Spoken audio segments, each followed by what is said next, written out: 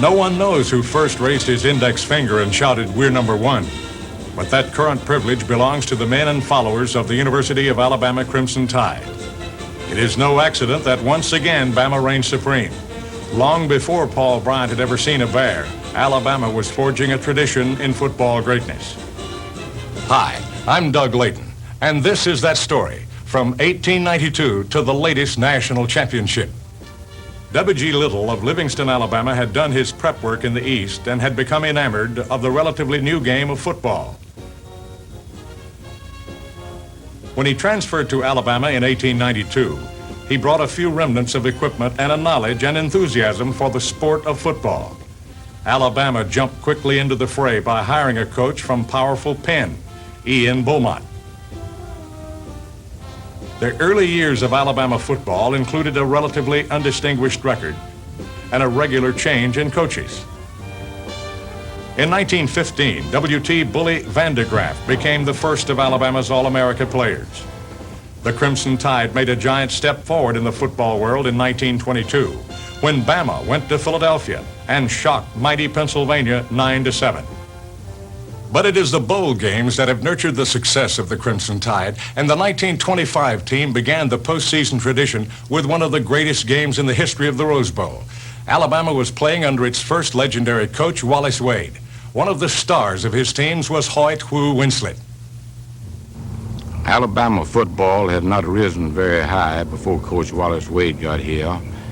They had had one very fine game under Coach Zen Scott in 1922 when they defeated the University of Pennsylvania 9-7. But football began rolling very rapidly at Alabama upon the arrival of Coach Wallace Wade in 1923. Coach Wade was a very strict disciplinarian, tough, all football on the field, didn't take any foolishness. In fact, of the business, some of his players referred to him as the Bear. Coach Wade was tough, but he was fair. And in some respects, he wasn't fair soon enough, especially with me, because it took him a long time to get around to me. But at the end of it, he was great in all respects, and the players revered him in most every way and still do. He was a great, great coach and a fine asset to Alabama, and I, for one, is mighty glad he came our way. Football historians still speak of the 1926 Rose Bowl game as one of the most exciting in the annals of the Pasadena game. Jeff Coleman has been a part of Alabama football for almost 60 years. As athletics business manager, director of athletics, and national alumni secretary, he has seen every Bama Bowl game among the 575 he has witnessed. The 1926 Rose Bowl game, the University of Alabama and the University of Washington, was one of the greatest football games ever played, not only recognized nationally, but of course in the history of the University of Alabama athletics. 25 men from the South, from the University of Alabama, went to the Rose Bowl against all odds. The Huskies were picked by far the superior team in the game. Although behind in the first half, the boys came back, and with Johnny Mack Brown catching the passes from Pooley Hubert, and Pooley Hubert going through the line, and a great defensive play by the Alabama team against the great George Wilson, Alabama won 20-19. This was the beginning of recognition of football in the South. Coach Wade stayed at Alabama from the 1922 season to the 1930 season. His Crimson Tide teams compiled a record of 61 victories, only 13 losses, and tying 2. The general feeling was that whomever followed the future Hall of Famer as Alabama's coach could not be expected to produce the teams that Wade had. Alabama picked the first Notre Dame graduate to coach at a Southern school, Frank Thomas. By the time the first football season in Southeastern Conference history had begun in 1933, Coach Thomas had thrown off the mantle of Wallace Wade and established himself as a brilliant football strategist and staunch disciplinarian. His first team turned in a surprisingly good 9-1 record.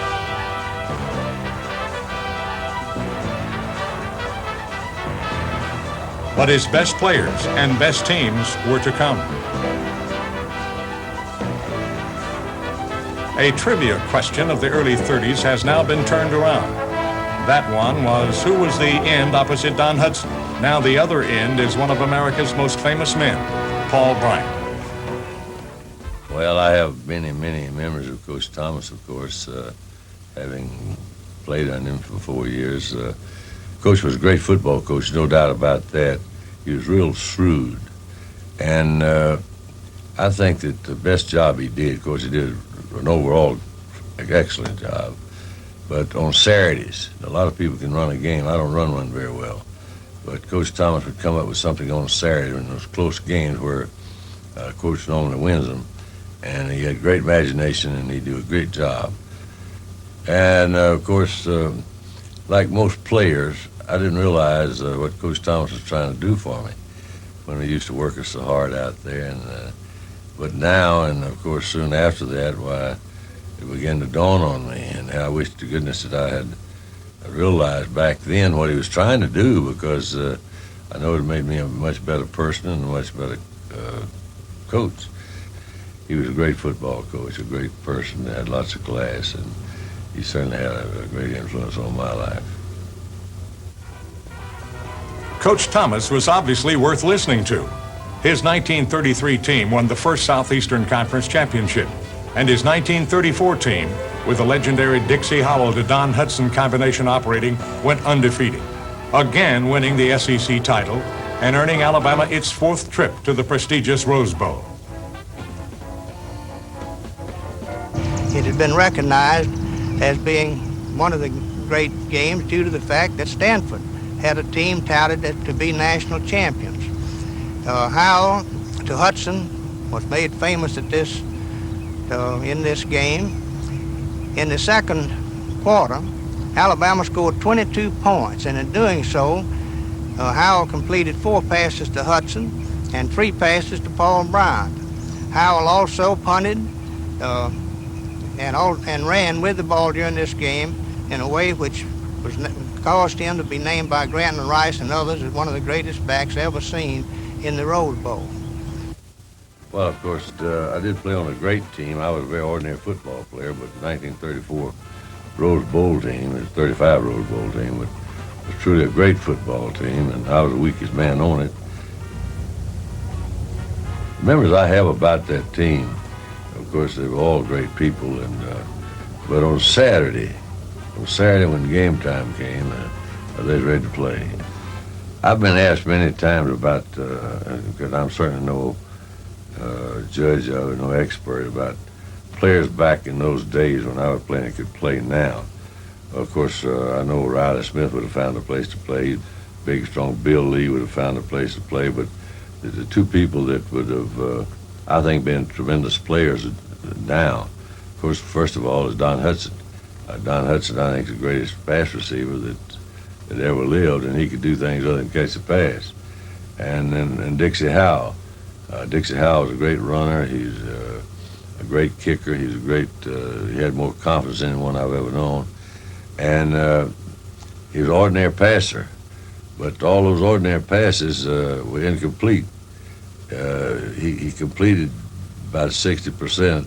And nowadays he's been a great quarterback, I think, and I wish we had him now. The 30s are remembered as a time of depression. But Alabama football was far from depressed for most of the decade. In 1937, Bama turned in another undefeated season and returned to the Rose Bowl. The 1938 Pasadena game resulted in Alabama's only loss in that historic event. But the then incredible payoff of $100,000 took away some of the sting of the 13-0 loss to California. The 1940s would be difficult years because of World War II, and the effect of that turmoil was felt on college football. It was not a great decade for Alabama football, but it was a very significant one. The 41 team earned its first bid to a bowl other than the Rose, going to the Cotton Bowl, where the Tide defeated Texas A&M 29-21. In 1942, a number of teams had to forego football because of the war effort, and Alabama's 8-3 record was forged against the likes of Pensacola Naval Air Station and Georgia Naval Pre-Flight, as well as such traditional opponents as Tennessee and Georgia Tech. The season ended with a 37-21 victory over Boston College in the Orange Bowl.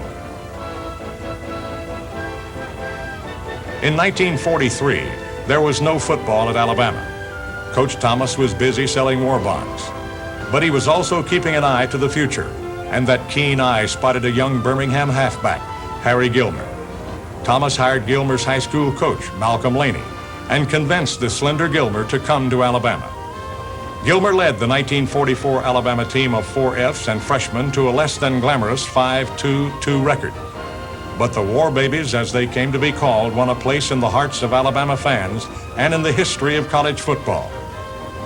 Alabama was invited and Coach Thomas accepted, against much advice, the invitation of New Orleans Midwinter Sports Association to meet the powerful and seasoned Duke team of Navy trainees in the Sugar Bowl. Alabama thus became the first team in the nation to compete in the 4 major bowl games: Rose, Orange, Cotton, and Sugar. The 1945 Sugar Bowl game played between the University of Alabama and the Navy trainees of Duke was probably one of the most exciting bowl games in the history of Alabama football. Although the odds were against Alabama, the score was passed back and forth until the final minutes of the game. In this game, Harry Gilmer completed 8 passes out of 8. Brandon Rice, in writing about the game later, said that Harry Gilmer was the finest college passer he had ever seen. Alabama's 1945 team has to rank among its greatest ever. As the SEC champion and second-ranking team in the country behind the mighty Army team of Davis and Blanchard, Bama was selected as the East representatives to meet Southern Cal in the Rose Bowl. The Trojans had never lost in 8 previous Rose Bowl games. Harry Gilmer not only passed, but also ran through and under some of the big linemen, one of which weighed 360 pounds. A freshman blocking back on that team was Clem Griska, who now is an assistant athletics director at Alabama in charge of recruiting.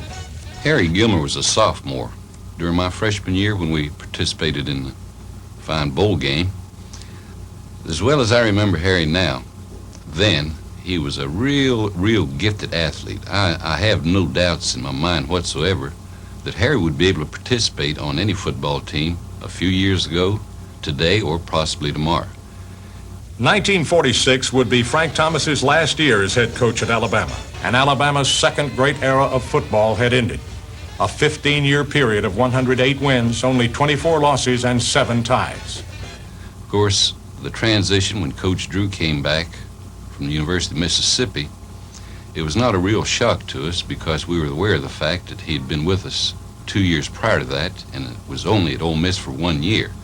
So, and on his return, it was not that much of a shock or big changeover for the squad as such.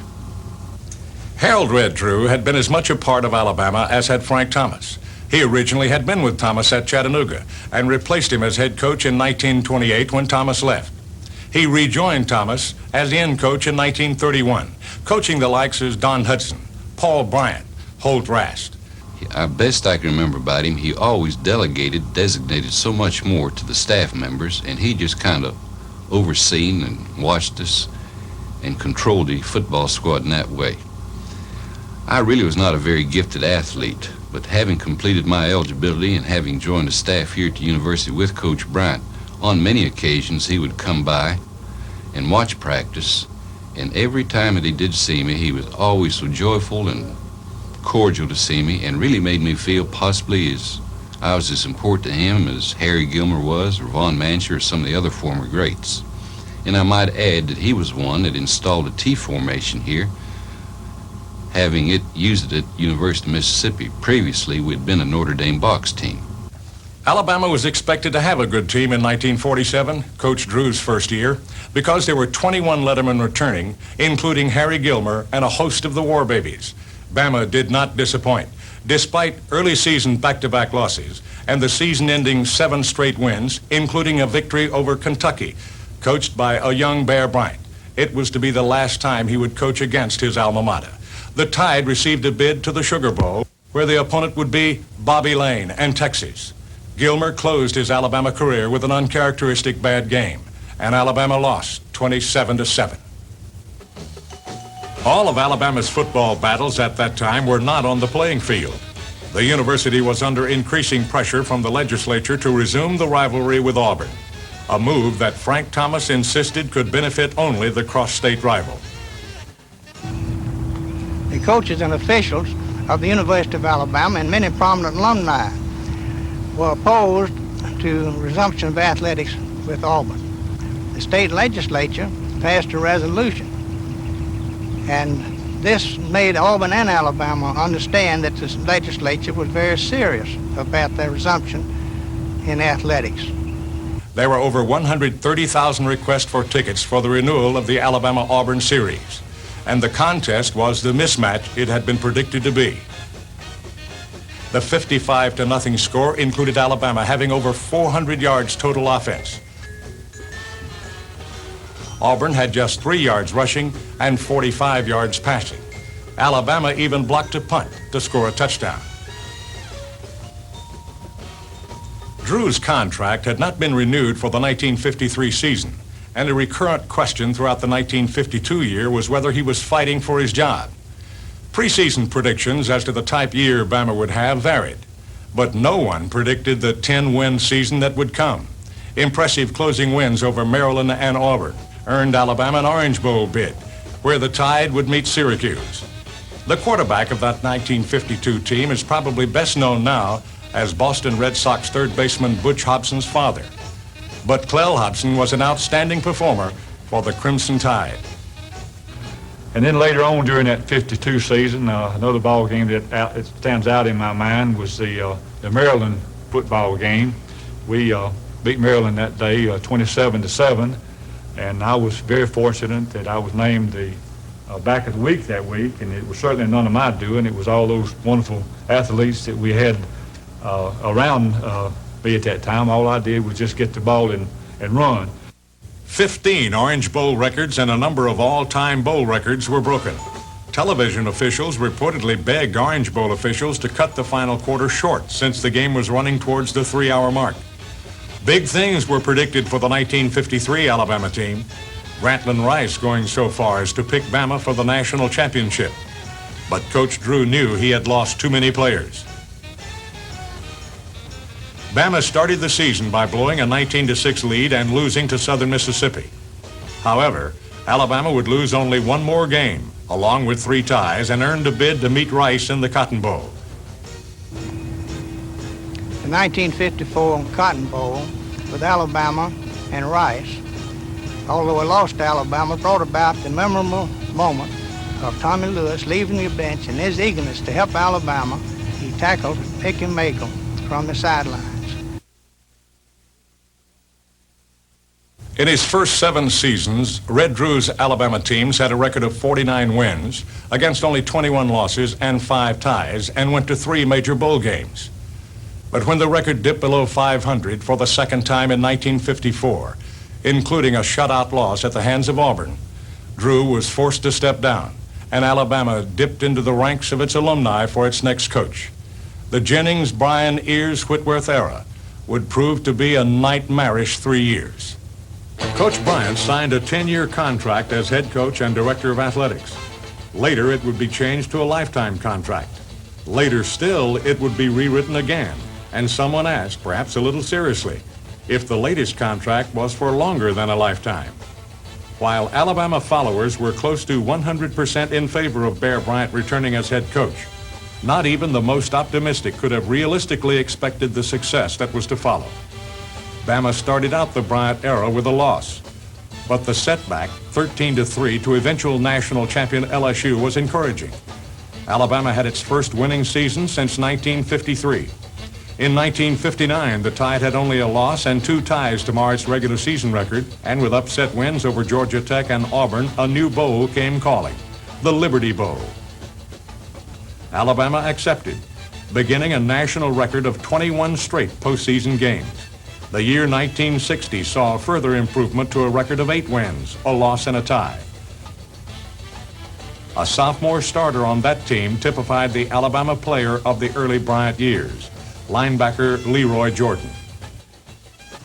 The University of Alabama from, say, 53 to 58, before Coach Bryant arrived at the university, just really did not have an athletic program. It was it had been down, and it was really humiliating, I think, to the fans and the faculty and everyone involved, because prior years the University of Alabama had been recognized as a champion of football, and had been in the Rose Bowl and many other bowls in the 30s, 40s, and early 50s. In 1961, the Crimson Tide was back among the elite in preseason polls, a unanimous choice to win the league championship and ranked as high as second in the nation.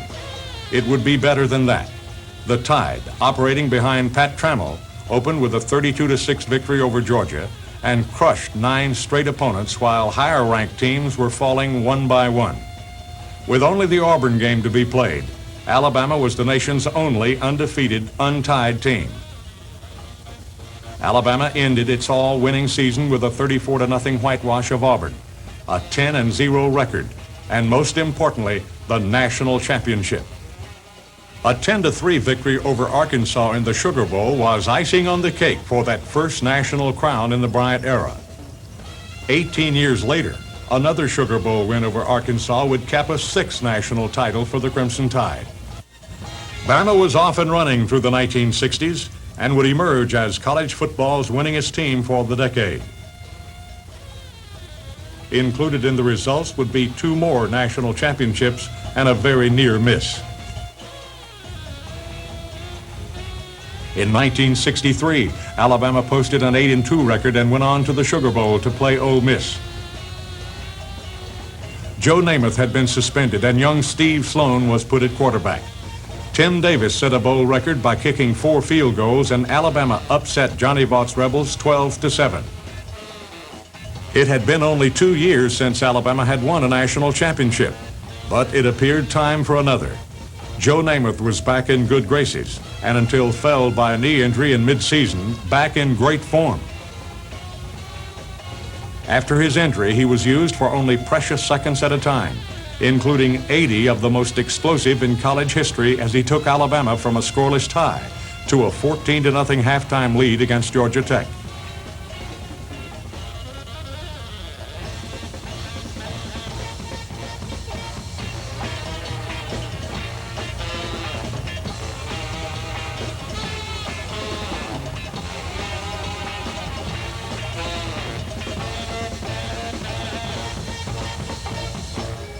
Ray Ogden's 100-yard kickoff return for a touchdown ignited a 21-14 victory over Auburn to cap an undefeated season. And when Notre Dame blew a 17-point lead to Southern Cal 2 days later, Alabama had won the national championship.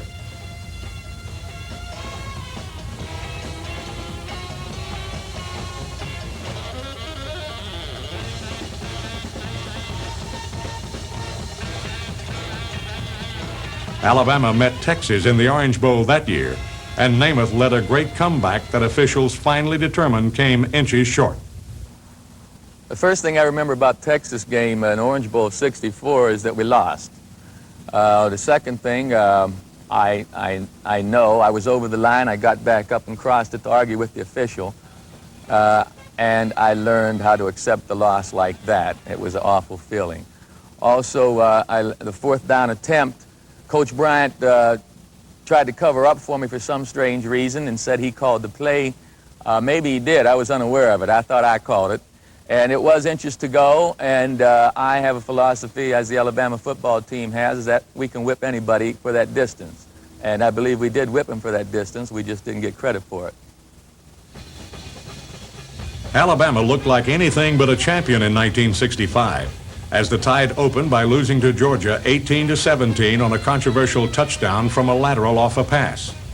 Bama's record was further sullied by a tie with Tennessee as Ken Stabler threw the ball away to stop the clock on 4th down.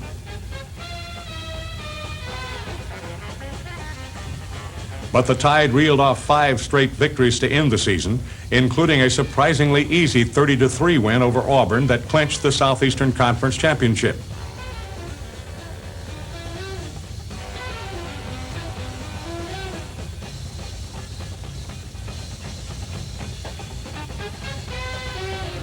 Because Alabama had lost to Texas in the Orange Bowl following its national championship in 1964, the polls had decided that the final ratings would come after the bowl games.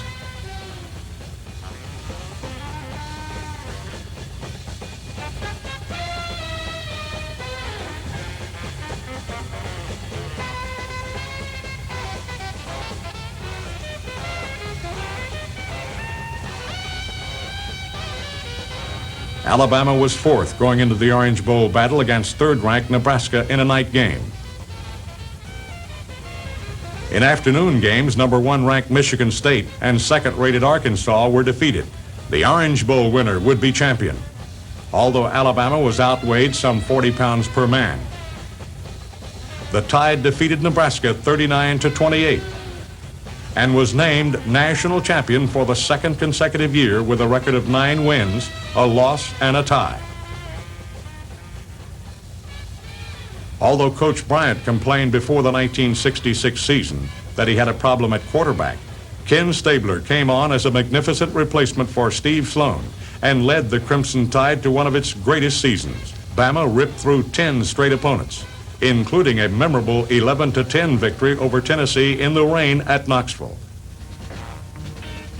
However, the season was somewhat bittersweet for the Tide, as Notre Dame and Michigan State, who had battled to a 10-10 tie, were ranked first and second. Neither was going to a bowl game, and the polls reverted to naming a national champion before the bowls. Alabama had nothing to gain, but played as if trying to prove it was worthy of being the first team in history to win 3 straight national championships. In the Sugar Bowl at the end of the year, Bama played as fine a football game as the Tide has ever put together, thrashing Nebraska 34-7. A lightweight line star of those years was Jerry Duncan, famous pass-catching tackle. I feel very fortunate in being able to attend the University of Alabama and playing on 2 national championship teams in 1964 and 65. I also played on the 1966 team, which was undefeated, untied, and uncrowned, and the best team of all. But due to some things that happened in the polls, we ended up third. No one knew it at the time or had any reason to suspect it, but Alabama was about to go into a slight decline. In fact, the Tide would not win another bowl game until 1975, would not win another SEC championship until 1971.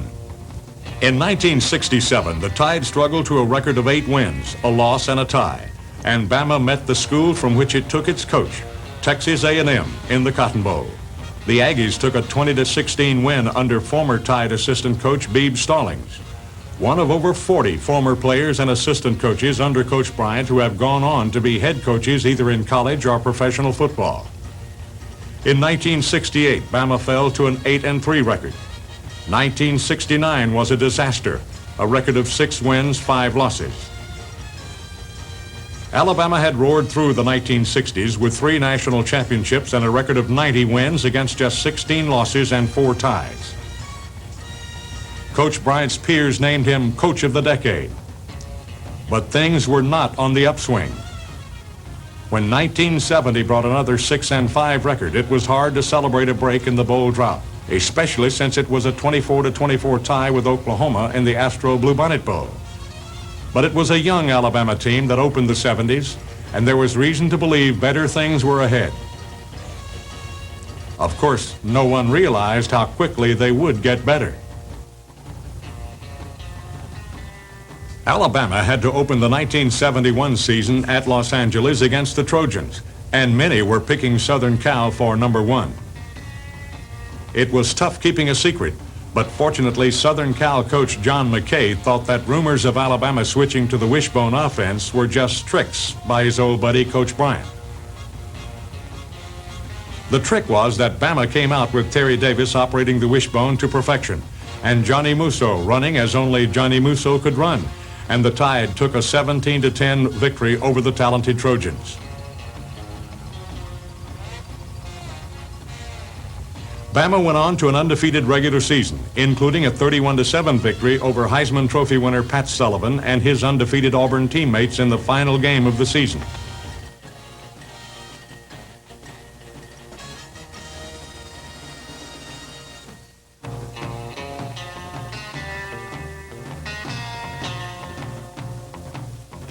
Bama's bubble burst on January 1st, when the Tide was annihilated by one of the finest teams in college football history, the Nebraska Cornhuskers in the Orange Bowl.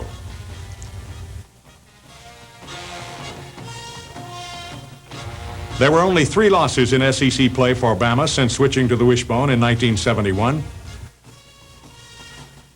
Alabama has won the league championship 8 of the past 9 years. The Tide has also gotten its bowl winning in order with 5 straight victories. And Bama just missed out on the 1977 national championship and has won the past 2 national titles. One of the finest athletes in Crimson Tide history was a 4-year starter for Alabama at end and is now one of the top performers in the National Football League. Ozzie Newsome. First thought that come to my mind about Alabama football is that of winning. I think everybody associated with the university and the athletic department is always stressing winning all the time, winning, winning, and winning. And that really gives the athletes that come here the motivation to go out and work as hard as they can and do as best as they can. Alabama will be playing once again, as in 1966, for that historic 3rd straight national championship. The losses from the 1979 team have been great, but one of the best recruiting classes in Alabama history will be coming in, joining veterans accustomed to winning. In fact, Bama had a history-making record of 103 wins against only 16 losses in the 1970s.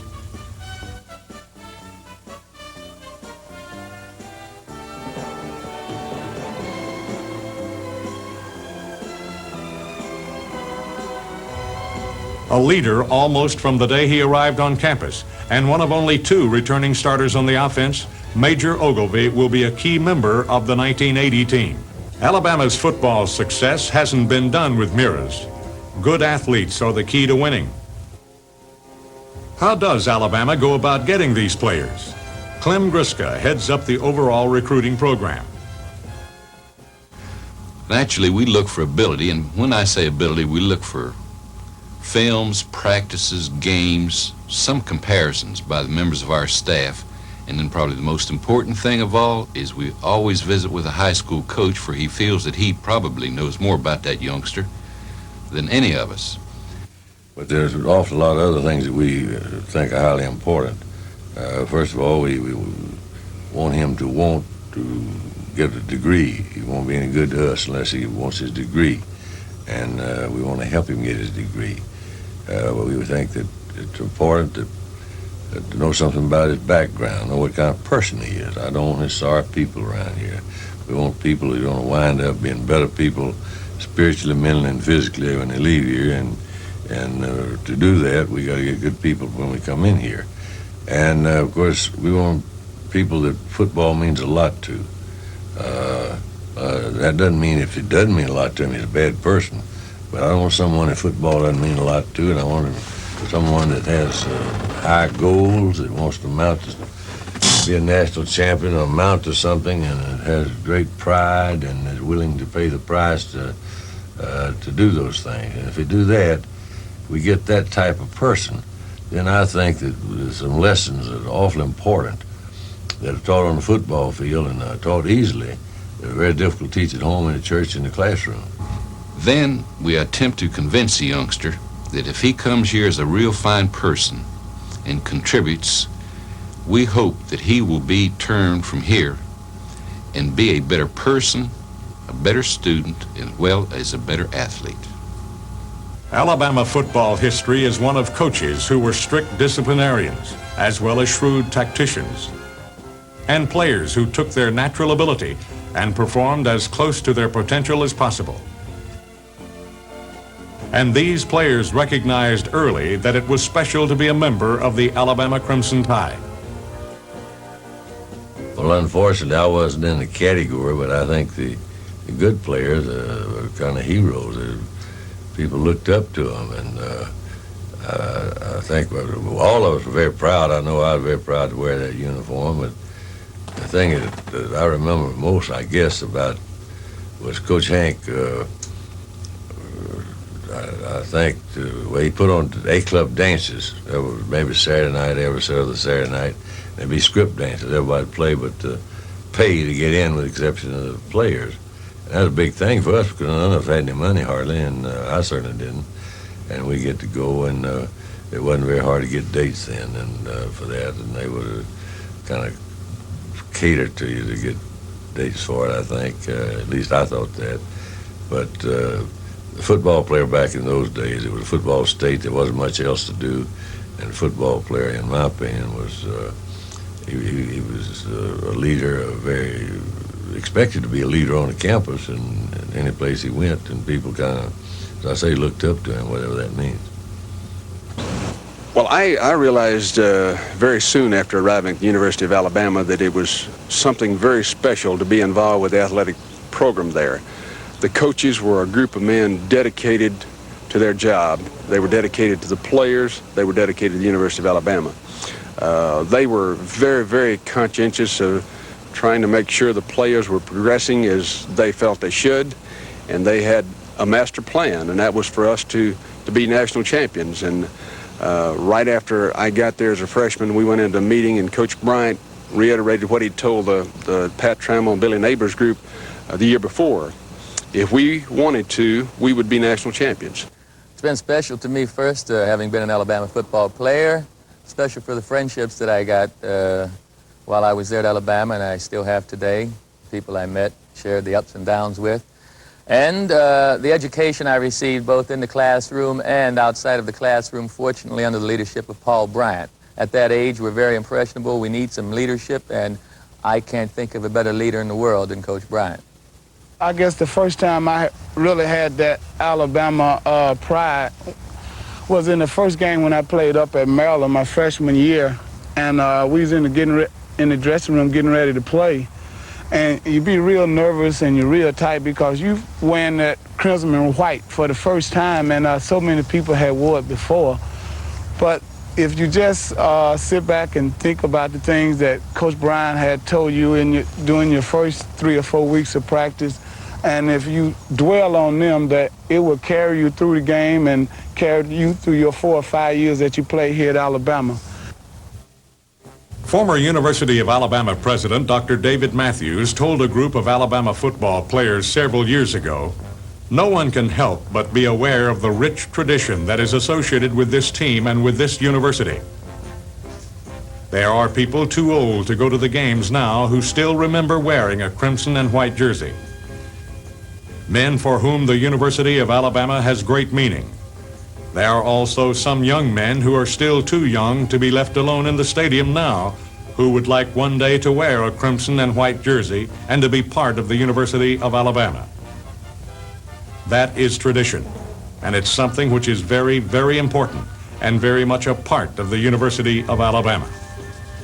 And even when I was here as a player, I think we had great tradition, but it was already established. Coach Thomas kept it going, and all the coaches that have been around here, Coach Hank, and of course, and Coach Burnham, and Coach Whitworth, and Coach Drew, many people have a lot to do with the tradition of the university. So many people have a lot to do with the winning, and it's the same people. Your alumni, your people that come to the games, your band, your student body, your administration, your pep leaders, your cheerleaders, everyone had to contribute, and the parents, the press, the media, the whole entire atmosphere around this campus, I think is on game weekend is part of the tradition over a long period of time, and were it not for the tradition over a long period of time, I don't think we'd be winning now. This, then, is the story of Alabama's football growth. Now the Crimson Tide enters the 80s, chasing immortality via a third straight national championship and attempting to become the nation's winningest team in a third consecutive decade. And Paul Bryant chases the ghost of Amos Alonzo Stagg with an opportunity to become college football's winningest coach. Unquestionably, Alabama football stands with the giants of the game, legitimately claiming we're number one.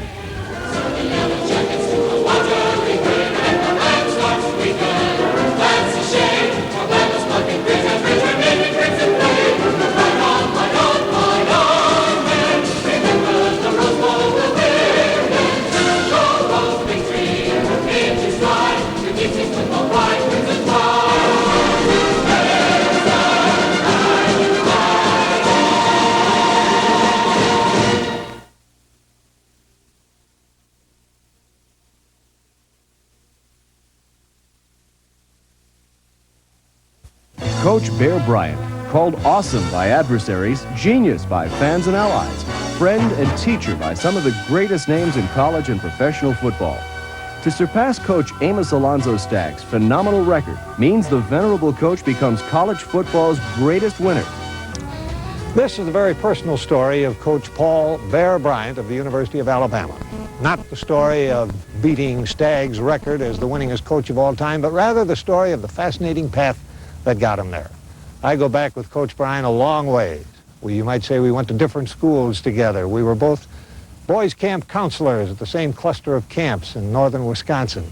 And so I've had the opportunity to join Coach Bryant along that path from time to time, and on each occasion, as today, it's been a fascinating reunion. Baton Rouge, September 1981.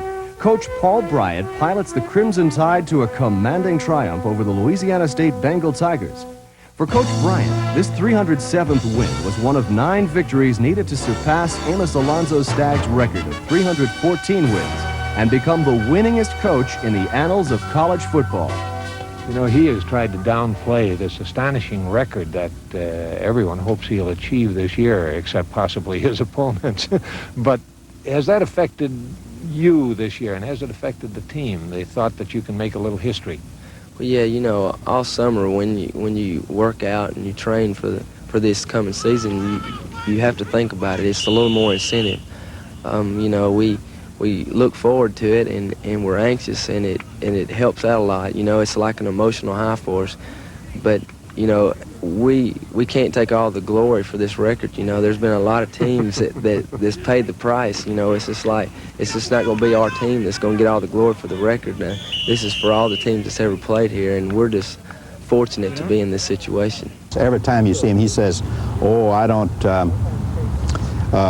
coach this team. I just stand up on a big ladder and let the other guys do it. I'm just a chairman of the board. Other people do all of the coaching. I don't do any of it."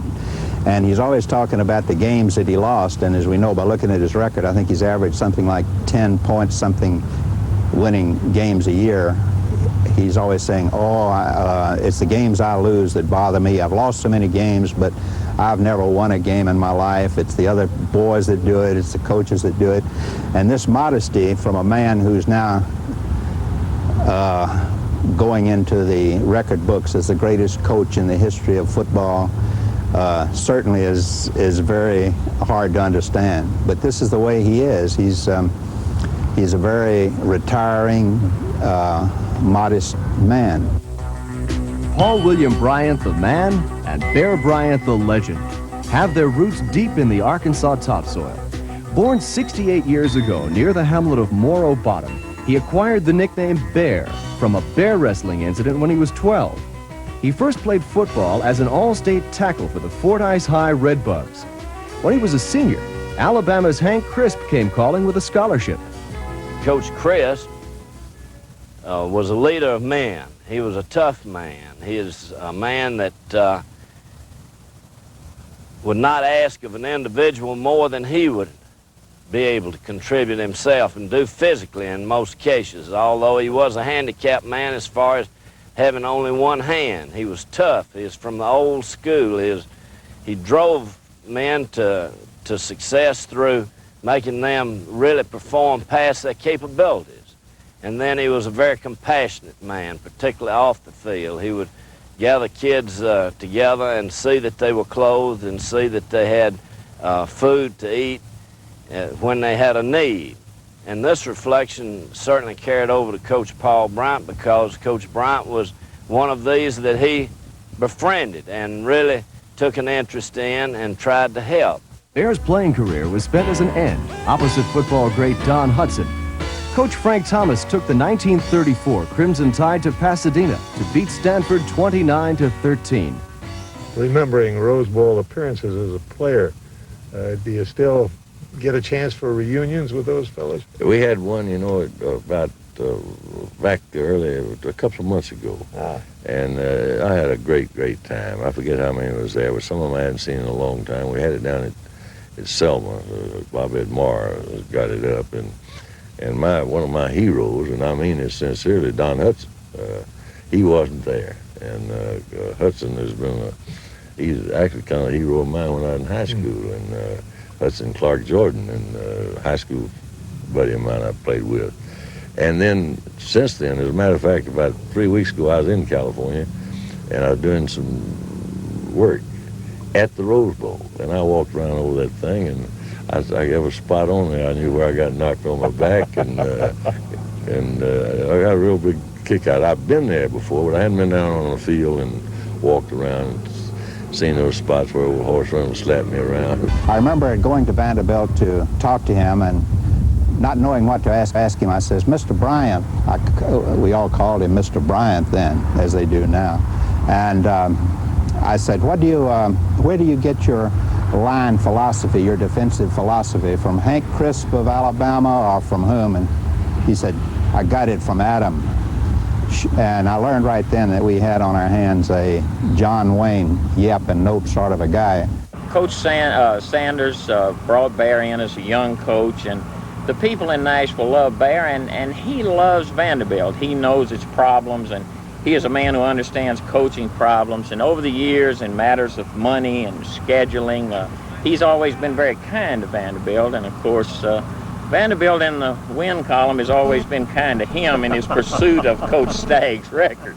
Uncle Sam calls, and Bear spends the war in North Africa and later coaches football at a North Carolina pre-flight school. When Bear is discharged, he immediately reports as head coach of the University of Maryland Terrapins. Coach, a jockey can always remember his first victory. Batter can always remember his first major league hit. And you remember your first college football coaching victory? Oh, yeah, I remember it very well. I was at the University of Maryland, and we playing Guilford. And I remember the night before I was having dinner with George Marsh Houston on the Redskins, and the Packers were in town to play the Redskins that day, and Hudson was there, and we were out, Mr. Marsh was having dinner, and I was worried to death. I'd heard it was right after the war, and I'd heard they had a bunch of ringers in there, and I was frightened there. Finally, Hudson told me, he said, Bear, I wish you'd shut up. So if you can't beat Guilford, you'll not beat coaching. The bigger test was spelling it, huh? Pronouncing it now, oh, it's a real fine institution. I know about it now. Bryant stays just 1 year at Maryland and leaves amidst cries of protest. His coaching debut record, a respectable 6-2-1. For the next 8 years, Bear would coach the University of Kentucky Wildcats. I was recruited way back in 1949 to go to the University of Kentucky. And one of the reasons I went there because of what I thought of Coach Bear Bryant. He was just a tough, hard-nosed, disciplinary person. He always gave you the feeling he never asked you to do something that he wouldn't do himself. When we played Oklahoma down the Sugar Bowl, they were rated #1 in the nation, and we happened to upset them. And I think one of the reasons why I think we just felt like we had to win that game, because it was more important to us than it was to them. When Bear first started coaching football, a lot of times philosophy was to kick. A lot of times they'd punt on the third down to just try to get field position. Everything was field position. Games were 7-0. There were a lot of scoreless ties and things like that. But he moved quite easily into the era of wide open pass-throwing football, and I think one of the indications is the quarterbacks that have come out of it. He always said, and I think he copied this partly from General Bob Nealon, that you have to keep from losing a game before you try to win it. Adolph Rupp's overwhelming popularity as a basketball giant, overshadowing Bear's successes at Kentucky, may have been one of the reasons that sent the Bear packing. His legacy for the Wildcats: 4 postseason bowls, a record of 60 wins, 23 losses, and 5 ties, and in 1950, the Wildcats coveted the elusive Southeastern Conference Championship. Bear settled with the Texas A&M Aggies, but was branded a tyrant during the 1954 season. His coaching methods at a training camp caused 69 of 96 scholarship players to quit because of relentless drills in the ruthless Texas sun. Bobby, you go back with Coach Bryant to Texas A&M. Those are legendary days anytime they start telling Bear Bryant stories. What are some of your remembrances? Jack, I was a freshman Coach Bryant's first year there at A&M. I did not go to Junction with the classic group of young men who went out there. I was, thank goodness I'd got in when they got back. The Thin 24, I guess they had about maybe 30 kids came back from Junction. And our freshman class was, like I said, we didn't have to go out there, but they emphasized, of course, back then freshmen were not eligible to play, and we had a lot of attention from the coaches. They'd work extra with us, and the kids that were there were scrappers, but they wasn't a whole lot of talent on that football team. Of course, then Jack Pardee wasn't a bad football player, and several other ones, but we got a lot of attention and a lot of hard work. The bruised and weary Aggies took a beating their first season, with Coach Bryant winning only 1 of 9 games. Bear turned that story around by having winning seasons his next 3 years and picking up a Southwest Conference championship along the way. Simultaneously, Bear's alma mater was suffering continuous defeats. That particular year, the 3 previous Alabama teams had won 4, lost 24, and tied 2. And the people were not going to be satisfied. The man in the street or any alumnus was going to be satisfied unless they gave Coach Bryant a chance. I guess I went for about 2 months before I ever saw Coach Bryant when he first arrived to the University of Alabama campus. I'd been here for 6 months prior to his coming here, and certainly was apprehensive about my position, about being able to stay with the University of Alabama. And one day I passed him in the hall and said, "Coach, I need to talk with you." And he said, "Oh, I need to talk with you too." So I trailed him down the hall to a refurbished office area that he had developed in an old building across our campus from here. And I went into his office, and of course, there was some nice plush chairs in there, and I thought we were going to sit down and really have a nice little talk. But as we got in, he wheeled around on a conference table and kind of towered over me at 6'4" and to my 5'8", and pointed his finger at me and said, "I know more about you than you know about me. If you like me and I like you after spring practice, you've got a job at the University of Alabama as long as you want one." Well, for some reason or other, I blurted out, "Well, Coach, I got 50% of that whipped. I better go out of here and get to work on the other half." Bear's return to Tuscaloosa in 1958 brought Alabama out of a terrific slump. In his first decade back, he coached Alabama into 3 national championships. In 1962 and 63, he had to weather some bad press and sued the Saturday Evening Post, winning out-of-court settlements. In spite of this ordeal, Bear led his team to victory after victory, and the Tide was in the top 10 for 9 consecutive years. One time I went to Alabama to do a story for Sports Illustrated. The first thing I learned there was that the Bear was a sort of a god in Alabama. They treated him. I remember I was in a hotel room, and I picked up the phone, and I was trying to get a secretary to take notes, and I got it, and it was a Kelly girl, and she said she was come over, and pretty soon I heard her calling another girl. She said, "Guess what?" And I said, "What?" She said, "I just saw God."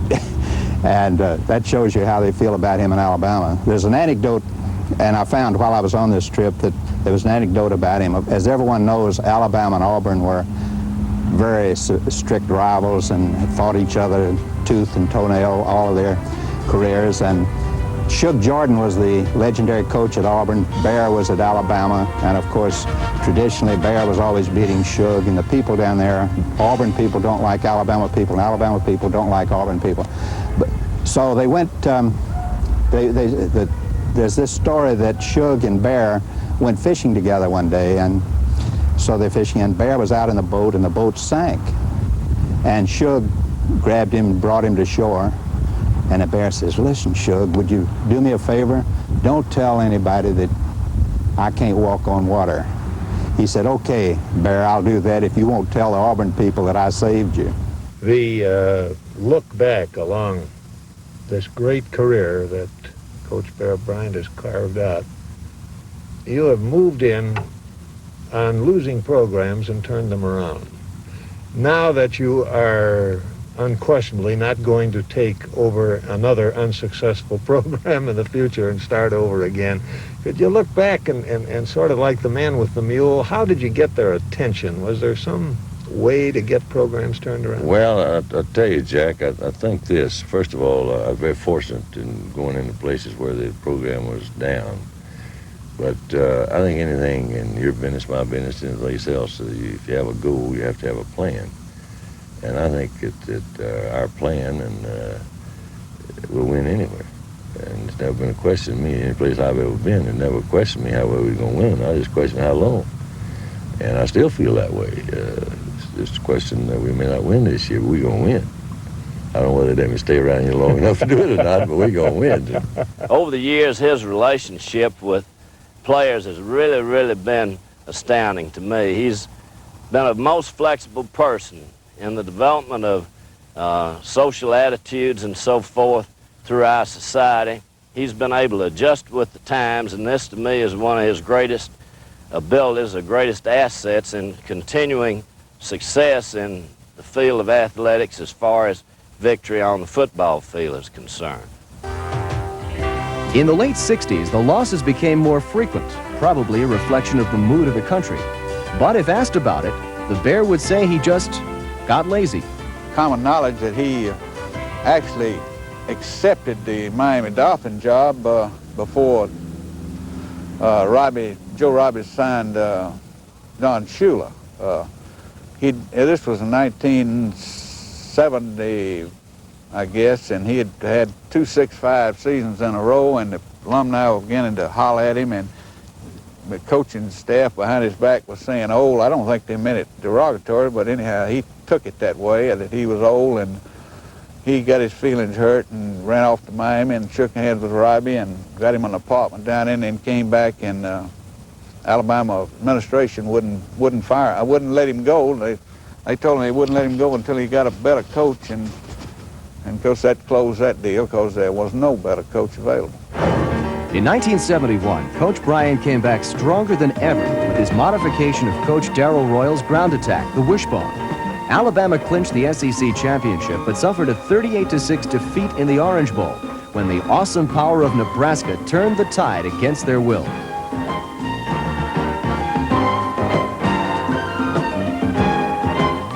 Coach, I think in the course of your career at all the schools that have had the good luck of your services, that you've made football something very much a part of the university instead of, as so often happens, almost in opposition to it. The education of a football player is as important to you as his football Well, success. first of all, I wouldn't put that in the I business. I'm not an I man. I think it's always we. And well, here, for instance, I don't think football is as important as the English department or the math department or something like that, but I certainly think it's an important part of the university. I think it's an important part of a complete university. I think it serves many purposes. First, as a rallying point or something for the students to tie to, the alumni to tie to, something to read about, and but there again, although I do think it's important, and it's one of the few things that bring in any money, but it's certainly not as important as one of the academic departments, because that's what they call it. You can lose your athletic, you can get through your athletics in 4 years, you can lose that, but you get that education, which I got most of mine on. If I didn't get much out of the classroom, it's my fault, but you get that, well, they can't even take it away from you. This is truth with him. He insists that these youngsters go to class. He's a foresighted man. He has goals. He always tells us coaches and players to have goals, and he wants a youngster to come to school because he realizes that's just a short period of time, really. For 4 years of your life, from 18, say, to 22, that's a very short period of your life, and he don't want them to really mess up. One of the things we've discovered in the course of the unfolding of this story is the relationship of education to a Bear Bryant football team. It's very much a part of the picture.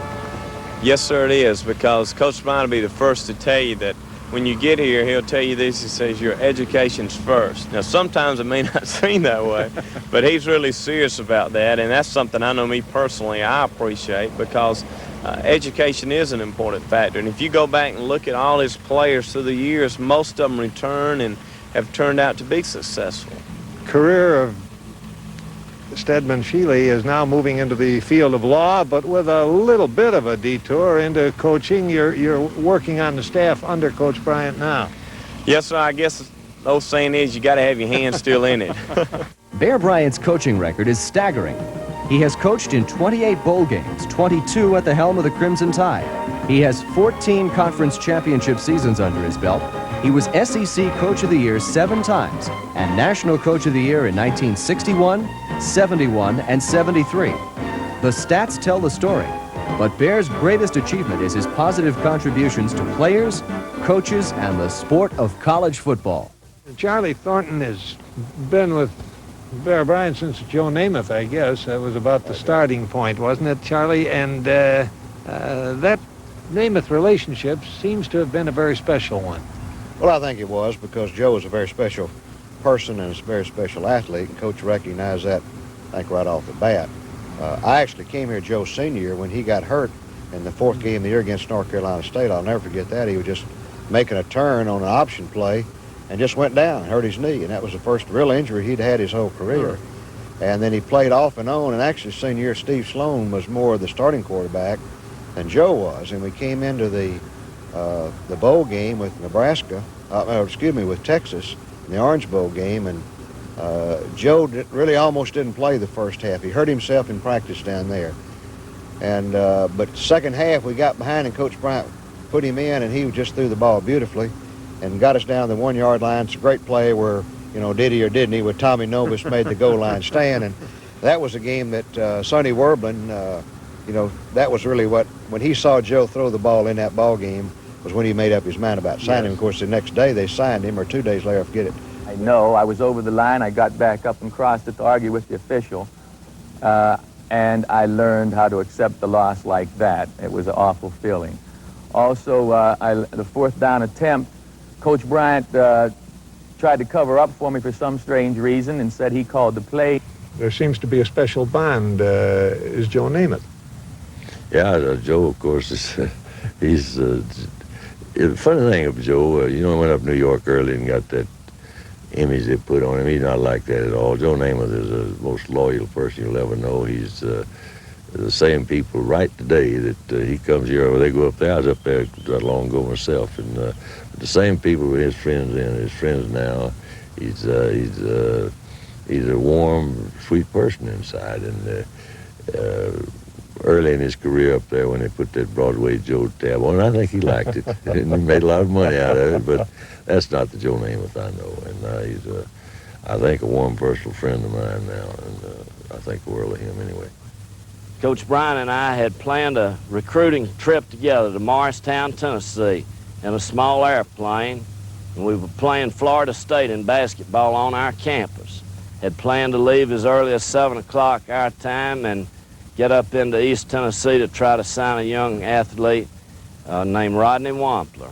Well, that evening, Coach Bryant had to call Joe Namath in, talk with him, dismiss him from the team, and during the time that I waited to start this 300-mile flight with Coach Bryant, he had called Joe's mother, and it was the toughest thing, Coach said, that he had ever had to do in his coaching career, is talk with Ms. Namath about Joe's suspension from the team at that time. Right. The thing I remember when I was a senior, we played Penn State down in the Superdome, was that there were about 21 of us called out late for curfew, and there were about 11 starters, so he couldn't cut everybody from the game. So we either had to win the game or we couldn't go back home. Charlie, if someone were to ask you to be analytical, do you have an explanation for the legendary success of Bear Bryant? I don't care where he's coached, he's been good at it. Well, I think Coach Bryant would have been a success if he was selling ice boxes to Eskimos. So, you know, to use a old cliche. Coach Bryant has just got that inner drive about him. You know, some people have it and some people don't have it. He'd have been, you know, a tremendous general in the Army, for instance, I think, because think of the esprit de corps among his troops and what a great leader he'd have been. Anything he would have gone into, he would have been ultra successful. I think he's a great football coach. He is a super motivator. He kind of gets into people's minds. And I think when he started, he perhaps didn't realize just how much how valuable that was and how much he could do that. But I think as the years have gone by, he has realized that may be more important than the physical part of it. You know, everybody's teams are physically in good shape.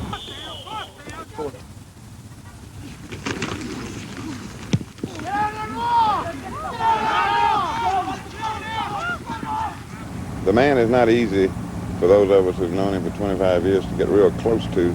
And I think the thing that you can judge part of his greatness is in that the people who have been with him for 20 or 25 years as employees, and he's very militaristic, dictatorial even, as all great coaches are, but he evidently has some wonderful qualities because I've never seen veteran coaches as dedicated and loyal to one man as they are to Bryant. I think that's probably behind the scenes the greatest key to his success. He's had a saying that I always admired him for. It's not, he said, you don't treat them all alike, you treat them fair. Looking back at players who have become, you might say, almost historic in their own right, in an athletic sense at least, can you give me some recollections, say, on a George Blanda? Well, I can give you certainly. George is one of my favorite people now. He's matured. He's grown in stature. He's a terrific person. I didn't help George win in college. If he'd had a more experienced coach, I think he'd have been a better player. He's a good player like he was, but I mishandled him badly. I was on him all the time, and until I finally found out that he's practically through with his career then, but he needed a little patting on the back. So many of our great players I've handled poorly, and while we're talking about that, I think going through a career like I've had, that regardless of what endeavor they're in, I'm just as proud of the ones that are doing well, and as an undertaker, a doctor, a truck driver, if he's doing well and happy, well, I'm just proud of that. And as I am the football player, the football coaches are the great pro players, and I've had many of those, many executives and coaches and things. But and on the other hand, a lot of them haven't been successful, and I've got to share in that too, because if I had some influence on the others, the ones that have done well, I must have some influence on the ones that done poorly, and I have to share in that, and I don't feel good about that. He sees things for these young people that they don't see, because he's been down the road and he's dealt with so many young men, and he's seen the good ones who let these 4 years slip, and they come back and regret for years and years to come. So he tries to promote them now, and does everything he can. He threatens them. He's going to run them off the team. He does run them, just for their own good. And I've seen him take kids and drop them off scholarship because they wouldn't go into class and doing things, and make them come back and work for their scholarship back again to get them to realize the importance of going and becoming a trained individual for the world ahead. You're not really in the star-making business. Your philosophy is to play 70 players if you can. Much was made of Major Ogilvie last year that his career totals were about what in a star system backfield the head back would have in a season. And your players eat it up. No one is more enthused about your style of coaching, your system of play, than was Major Ogilvie last year. How do you sell them on that subjugation to a team? Well, let me start this way. I think that the bottom line is what counts, what they're going to do when they get out, John, when they graduate, when they get out of here. So every day, I think the football will take care of itself. If every day we'll help them be a little better person, I think that's important. We help them help themselves be a little better person. Help them help themselves be a little better student. Help them help themselves be a little better player. And I think there are many lessons learned on the football field. It's not learned in the classroom, in the church, in the home. It's very difficult to teach the classroom, in the church, and the home. And I think we teach that. And if we do that well, when they get out, they're going to do well. They're going to be able to compete, take their place to the side and compete. And you better be able to compete. And that's our approach to it. And I believe in that sincerely. If I didn't, I'd get out of the business. Jim Bob, the mark of an Alabama team is almost a lack of stars. When they come out with an all-SEC team, there aren't too many Crimson Tide players on it. The All-Americans, they really sometimes search for one because they know Alabama deserves to be on, because he plays 70 players a game. Now, every player I've ever talked to thinks that's a great idea, being a member of the Alabama team and operating in that direction. I suspect you do too. I certainly do. I think that's probably one of the great secrets of Coach Bryant's success. He plays a lot of the players. He gets people ready to play in practice by playing them in practice and getting people in scrimmage, that hadn't had playing time. And I think it really helps in the hard games when it gets hot and people get tired. There's somebody that comes in that's had time to practice and, you know, and during the season's had some game time. So it helps a lot, it really does. Since the days of Namath and Stabler, there seems to be almost an avoidance of the star system in Alabama football. You don't have stars, you don't have Heisman winners, you don't have 1,000-yard runners. Richard Todd has to prove himself in the Senior Bowl before the professionals really got serious about him. Is this, now you're a principal recruiter, is this difficult to recruit kids knowing that they're going to be one of a mass? Well, Jack, not really. I think, and this is my own observation of our program started, we don't have a lot of times these hills and valleys in our programs.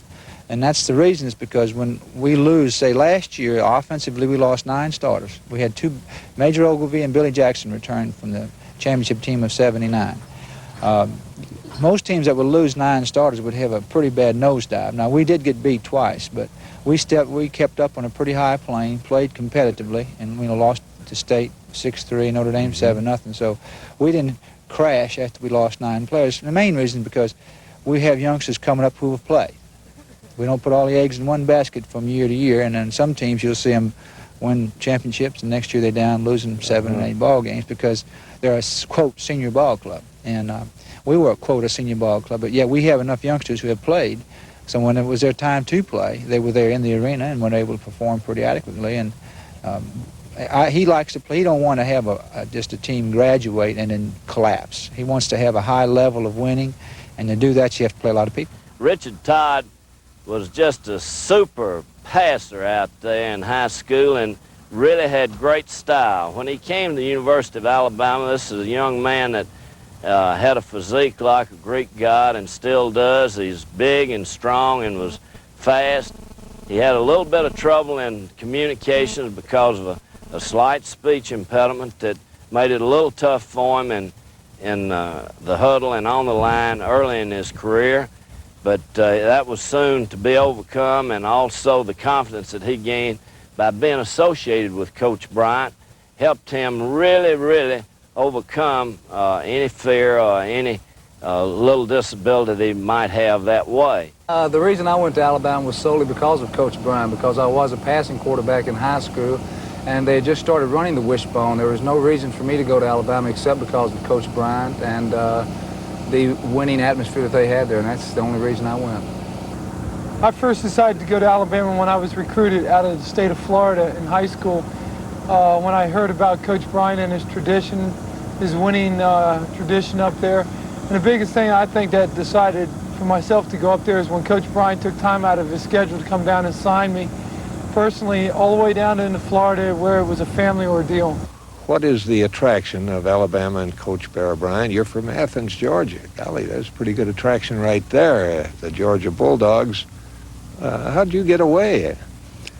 Well, I think, like you mentioned, one of the big attractions is playing for Coach Bryant and a team of Alabama status. They're always, you know, in the running for the national championship, and that's something I wanted to play for a team that had prestige and some standing in the conference like that. Would Bear Bryant be the principal reason you came to Alabama, or were there other things? Well, you know, ever since I was a little kid looking up to Coach Bryant and looking up to Alabama, I've always wanted to come here, and it's been a lifelong dream to play for Coach Bryant. And, you know, playing high school football, I was just thankful that I had the opportunity, and I knew when I was offered that I was going to come here. You know, there was no question in my mind. Coming and playing for Coach Bryant, it's just an honor, and I'm glad I got the opportunity. What kind of an experience has it been? Do you feel you've grown a lot within yourself?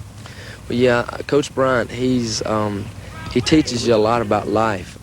You know, a lot of coaches, you know, teach you mainly football and that's it, but Coach Bryant applies a lot of things to life, like as far as competing, and he'll tell you that, you know, if you're going to quit now, it gets hot and out here, and Coach Bryant says if you quit now, you're going to quit in life, and he applies everything you do to life, and you learn a lot, and, you know, it you know, helps you out when you get out of here, and I'm looking forward to it.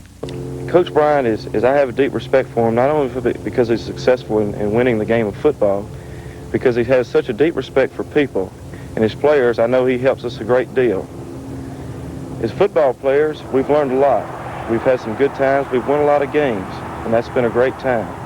But we've learned a lot of things that are probably more important than the game of football, and that's things about the game of life. I can't think of a better leader in the world than Coach Bryant.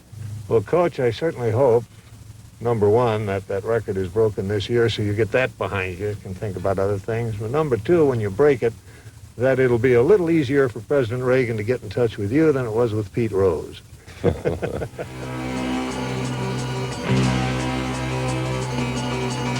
There seems little mystery to Bear's success. At the core of his coaching philosophy, etched in every player's training, are the principles of sacrifice and discipline. He demands both from his players and coaches alike. His relentless pursuit of excellence in players and teams is destined to make him college football's winningest coach. Watching Alabama play, one senses the team determination and devotion. To play for a man, for a team, is what makes Alabama shine. The story of Bear Bryant, this giant of a man who brings out the great devotions, the great enthusiasms of those who play or work for him. And we hope this hour's association with the Bear will bring forth from you a little of the affection that has been found among the hundreds who list themselves as his associates, as players or coaches.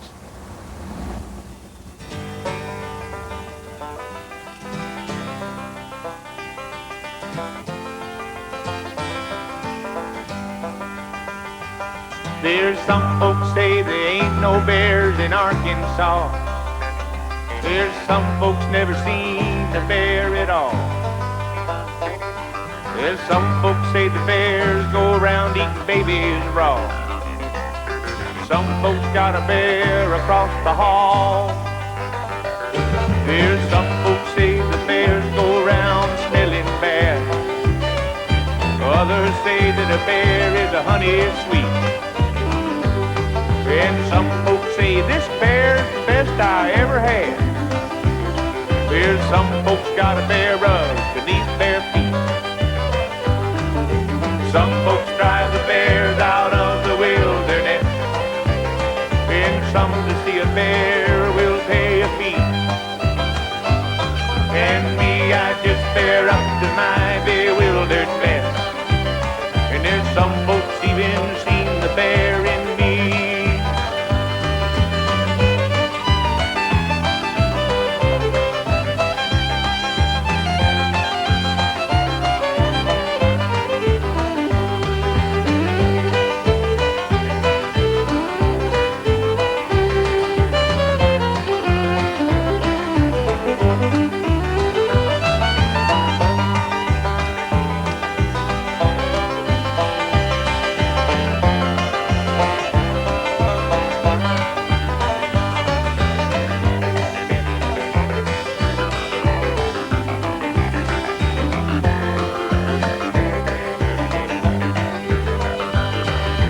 Some folks drive the bears out of the wilderness, and some to see a bear will pay a fee.